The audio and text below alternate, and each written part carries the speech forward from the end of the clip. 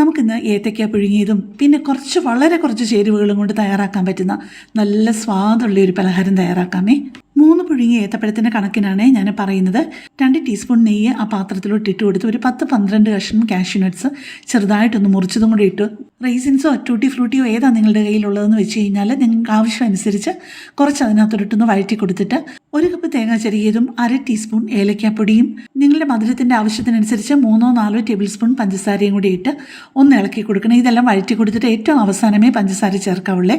ചൂട് കൂടുതലാണെങ്കിൽ ചിലപ്പോൾ പഞ്ചസാര കട്ടയായി പോമേ. ഇപ്പോൾ 3 പഴുത്ത് ഏത്തപ്പഴം അതിന് നടുക്കത്തെ ആ കറുത്ത നാരൊക്കെ കളഞ്ഞിട്ട് നന്നായിട്ടൊന്ന് ഉടച്ചെടുത്തിട്ടുണ്ട്. ഇത് അധികം പഴുത്തതല്ലായിരുന്നതുകൊണ്ട് തന്നെ ഞാൻ മിക്സിയിലോട്ടിട്ട് നന്നായിട്ടൊന്ന് അടിച്ചെടുക്കുമായിരുന്നേ. ഇപ്പോൾ 3 ടേബിൾ സ്പൂൺ അരിപ്പൊടിയും ഒരു 1/4 ടീസ്പൂൺ ഏലക്കാപ്പൊടിയും കൂടി ഇട്ട് കൊടുക്കുകയാണ്. ആദ്യം നമ്മൾ 1/4 ടീസ്പൂൺ ഏലക്കാപ്പൊടി ഇട്ട് കൊടുത്തിരുന്നു. രണ്ടും കൂടാണ് 1/2 ടീസ്പൂൺ ഏലക്കാപ്പൊടി എന്ന് ഞാൻ പറഞ്ഞത്. ഇതെല്ലാം കൂടെ നന്നായിട്ടൊന്ന് യോജിപ്പിച്ച് കഴിഞ്ഞിട്ട് ആ ഏത്തയ്ക്കയുടെ കൂട്ട് 3ആയിട്ട് ഡിവൈഡ് ചെയ്തിട്ട് ഇതുപോലെ അട പോലെ ഒരു ഇച്ചിരി കനത്തിൽ ഒന്ന് പരത്തി കൊടുക്കണേ. പിന്നെ അടുത്ത വാഴയില എടുത്തിട്ട് വീണ്ടും ഇതുപോലെ പരത്തി കൊടുത്തിട്ട് തേങ്ങ നിരത്തിയതിൻ്റെ മുകളിലോട്ട് വെച്ച് കൊടുത്തിട്ട് വീണ്ടും തേങ്ങാപ്പീര് വെക്കുക.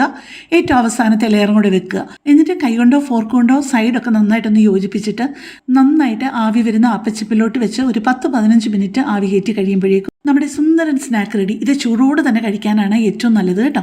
അപ്പോൾ എല്ലാവരും ഒന്ന് പരീക്ഷിച്ച് നോക്കണേ. അപ്പോൾ കൂടുതൽ നല്ലൊരു വീഡിയോ ആയിട്ട് നമുക്ക് പിന്നെ കാണാം. താങ്ക്